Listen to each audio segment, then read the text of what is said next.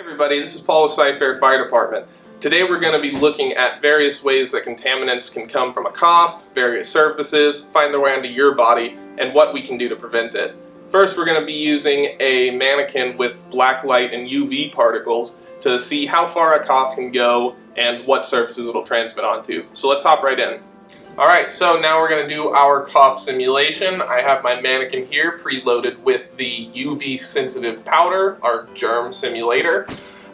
We are now going to turn off the lights so the black light can take effect and do our simulation.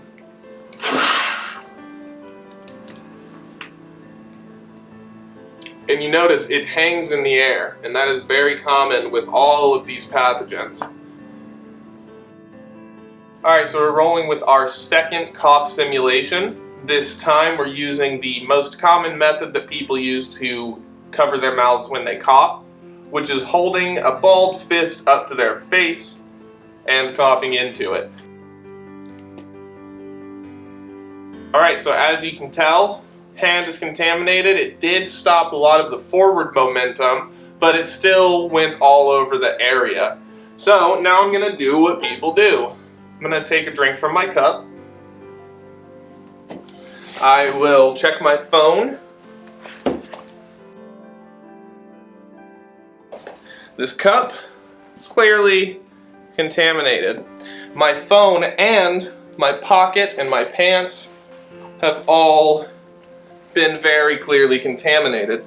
Okay, so now let's take a look at our current CDC guideline of wearing a surgical mask to prevent any particles from getting out and into the air.